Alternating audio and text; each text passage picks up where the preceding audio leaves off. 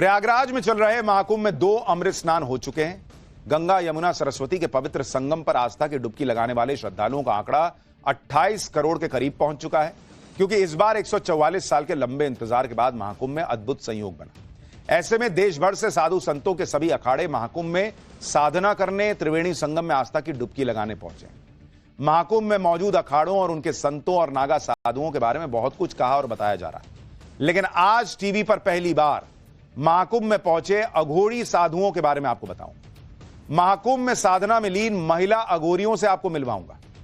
कौन होती हैं महिला अघोरी और वो कौन कौन सी साधना करती हैं, क्यों रात भर शमशान में लाशों के साथ रहती हैं, ये सारे राज खुद अघोरियों की जुबानी आपको बताऊं। पहले महाकुंभ में पहुंची महिला अघोरियों की साधना की एक झलक देखिए टेलीविजन पर। महाकुंभ से ये एक्सक्लूसिव रिपोर्ट आप पहली बार पाठशाला में देखने जा रहे हैं।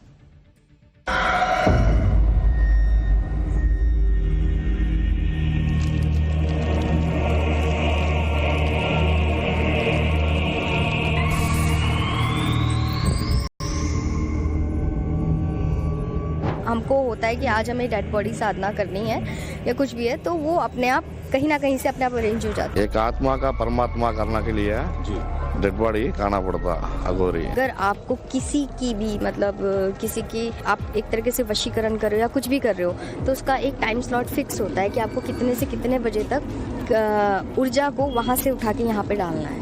अच्छा काम के लिए आना डरने की बात नहीं है, बुरा काम के लिए आना डरना को चाहिए, सोचना को चाहिए बस।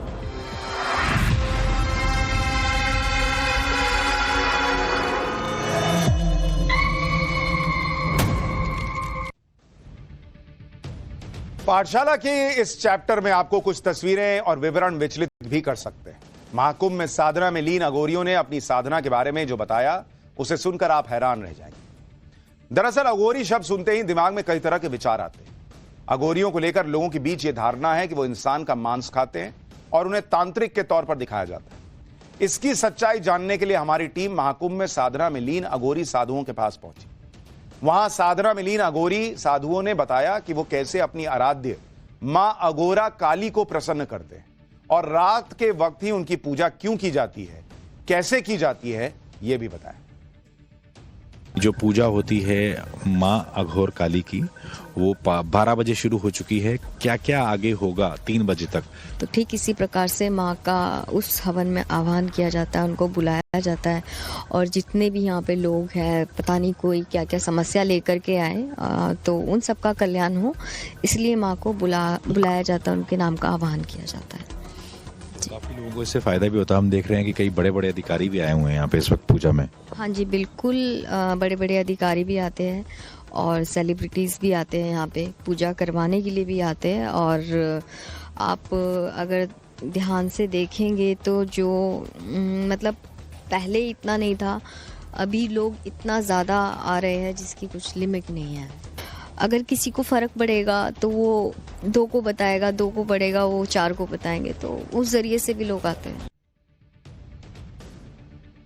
हमारे सहयोगी मुनीश देवगन की एक्सक्लूसिव रिपोर्ट, जिसमें उन्होंने महिला अघोरियों से बात की, वो बहुत सारे राज पर से पर्दा उठाती है। महिला अघोरी साधुओं की 2 तरह की साधना होती है।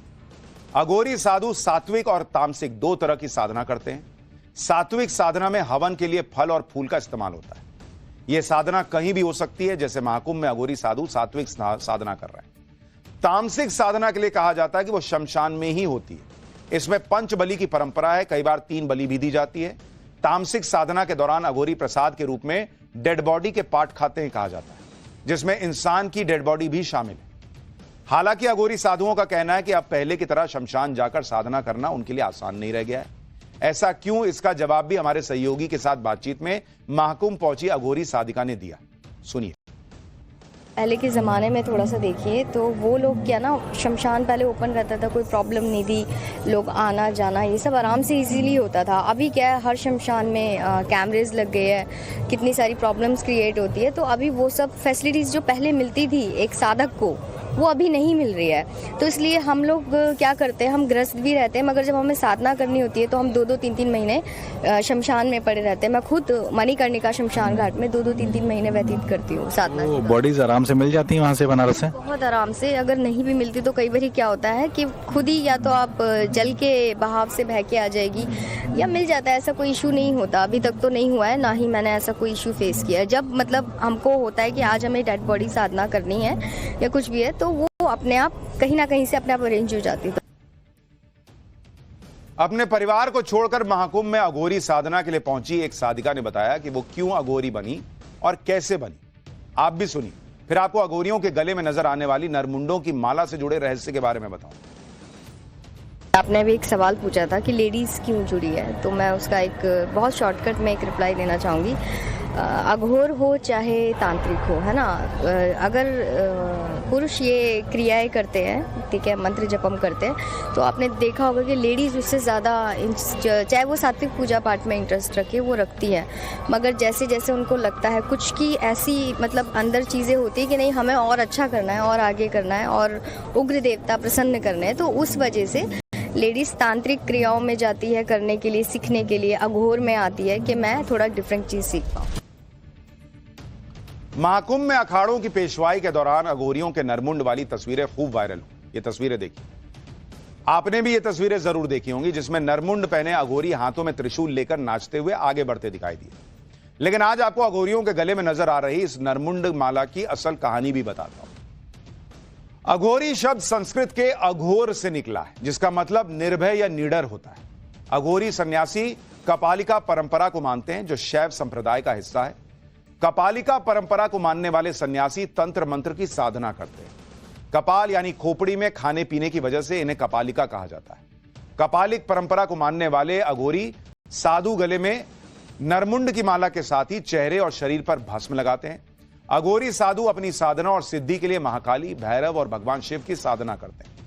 अघोरी संप्रदाय 17 से 18वीं सदी में हुए बाबा कीनाराम का अनुसरण करते हैं। उनके द्वारा किए गए कामों को अपनी परंपरा का हिस्सा मानते हैं। बाबा कीनाराम का आश्रम बनारस में है। वहां आज भी अघोर से जुड़ी क्रियाएं बड़े स्तर पर होती हैं और लोगों का हुजूम भी वहां लगता है। यह माना जाता है कि सबसे पहले अघोरी की उत्पत्ति काशी से हुई और तब से यह देश भर के मंदिरों में फैल गए। अघोरी अनटोल्ड स्टोरी किताब में मयूर कलबाग बताते हैं कि मानव मांस खाना अघोरियों की साधना का एक हिस्सा है। इसके जरिए वो बताते हैं कि वो कुछ भी खाकर जिंदा रह सकते हैं।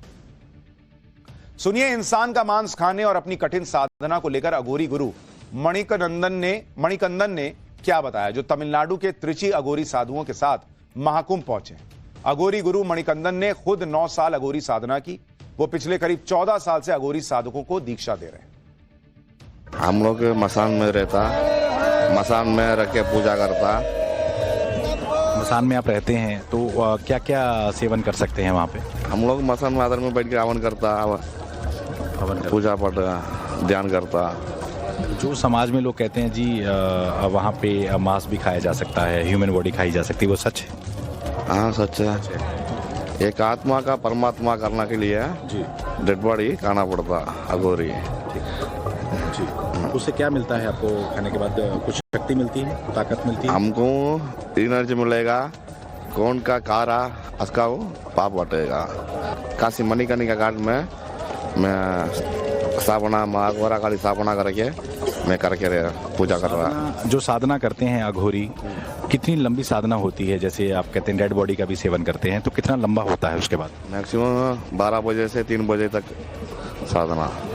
कोई खास दिन में साधना होती है? दिन चुने जाते हैं या कभी भी होता है? रात में होगा।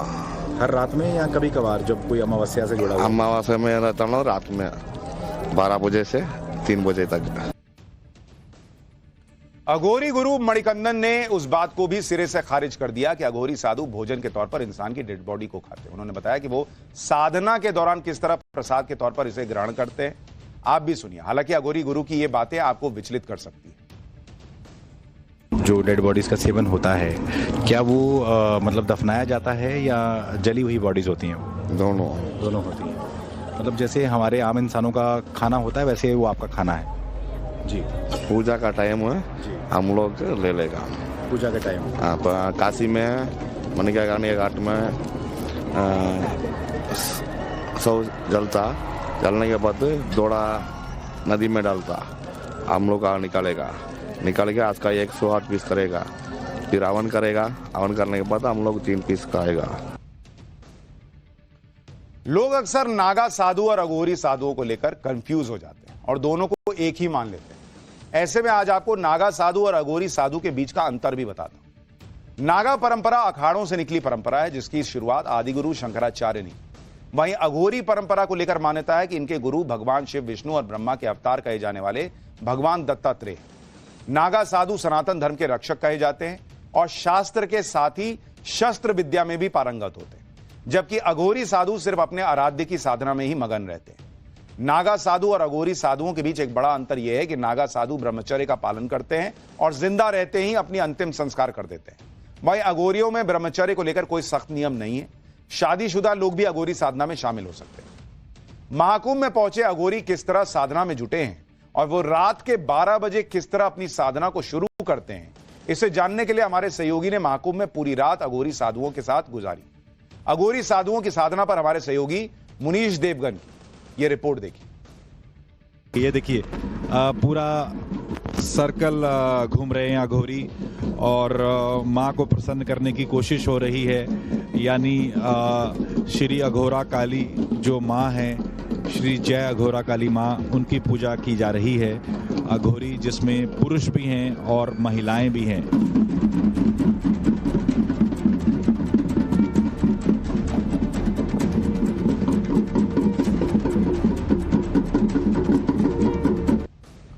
शमशान में साधना करने और लाश के टुकड़े खाने की वजह से आम लोग अघोरी साधुओं के पास जाने से भी डरते हैं, लेकिन महाकुंभ में साधना में लीन अघोरी साधु ने बताया कि अच्छे काम के लिए उनके पास आने वाले लोगों को डरने की जरूरत नहीं है, क्योंकि वह मां अघोरा काली की साधना लोगों के कल्याण के लिए करते हैं।